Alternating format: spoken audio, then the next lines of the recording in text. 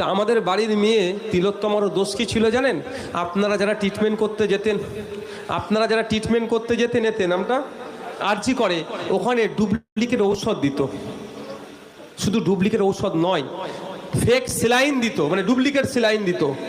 শুধু তাই নয়, ওখানের মর্গেতে যে সমস্ত মহিলারা থাকতো, ওই মহিলাদের সাথে, ওই মহিলাদের অনেকের সাথে ওইখানকে সন্দীপ ঘোষ আর ওর যে গ্যাংগুলো আছে, ওরা সবাই মিলে ওদের মধ্যে থেকে ওই মহিলাদের সাথে নোংরামি করে ভিডিও তৈরি করে মুখ চেঞ্জ করে বিদেশের মার্কেটে বিক্রি করতে। বুঝতে পেরেছেন?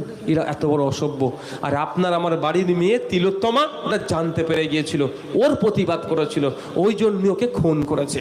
শুধু তাই নয়, আপনার আমার বাড়ির মেয়েরা যখন ওটি রুমে যায়, অপারেশন রুমে যায়, সেই সময় ওদেরকে অজ্ঞান করে এদের সাথে নোংরামি করতো, ওখানে মচ্ছব করতো।